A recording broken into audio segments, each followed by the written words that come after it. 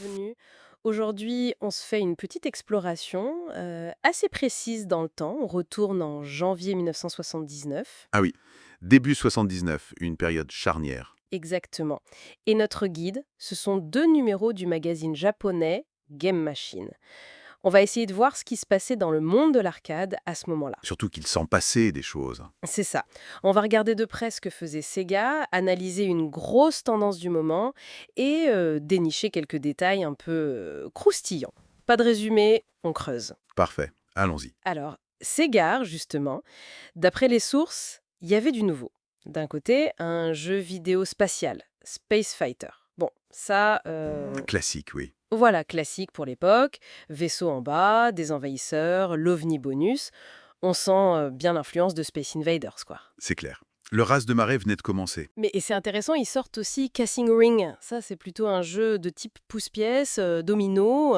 Oui, un jeu électromécanique. Donc ils ne mettaient pas tous leurs œufs dans le même panier vidéo. C'est une bonne lecture, oui. Sega, avec M. Rosen à sa tête à l'époque, jouait sur plusieurs tableaux. C'était peut-être une façon de diversifier, de pas tout miser sur la vague vidéo qui déferlait. Hmm, d'accord. Et puis, il y a autre chose que les sources montrent bien, leur souci de, comment dire, de conformité.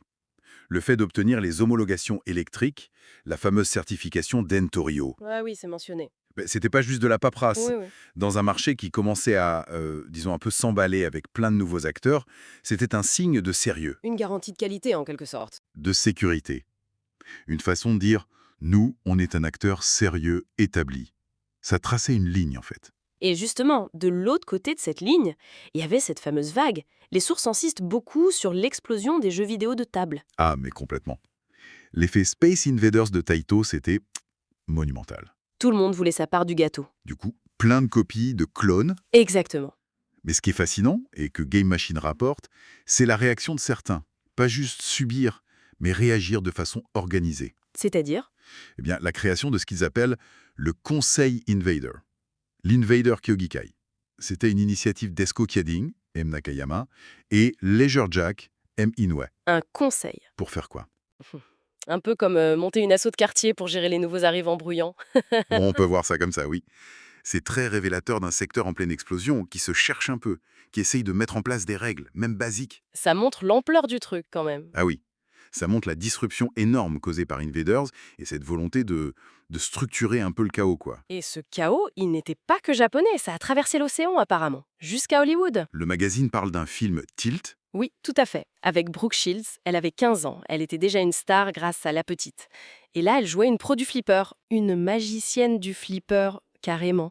Mais voilà le détail intéressant rapporté par la source sort. Il y avait une rumeur. Ah, Laquelle? que ce film, en fait, il avait peut-être pour but caché de nuire à l'image du flipper. Attends. Nuire au flipper. Pourquoi? Une sorte de guerre culturelle cachée entre le flipper et les jeux vidéo. Ben, que la rumeur soit vraie ou pas, le simple fait qu'elle existe et qu'elle soit rapportée dans un magazine pro, c'est significatif. Je vois. Ça montre les tensions qu'il y avait. Le flipper, attention, c'était pas mort du tout, hein. C'était encore un gros marché. Mais la montée en flèche des jeux vidéo, ça a créé des frictions, des inquiétudes. Et que ça ressorte au cinéma, même via une rumeur. Exactement. C'est révélateur du changement d'époque qui était en train de se passer. Fascinant. Et pendant ce temps-là, d'autres gros projets avançaient. On lit aussi que Tokyo Disneyland, ça avançait bien.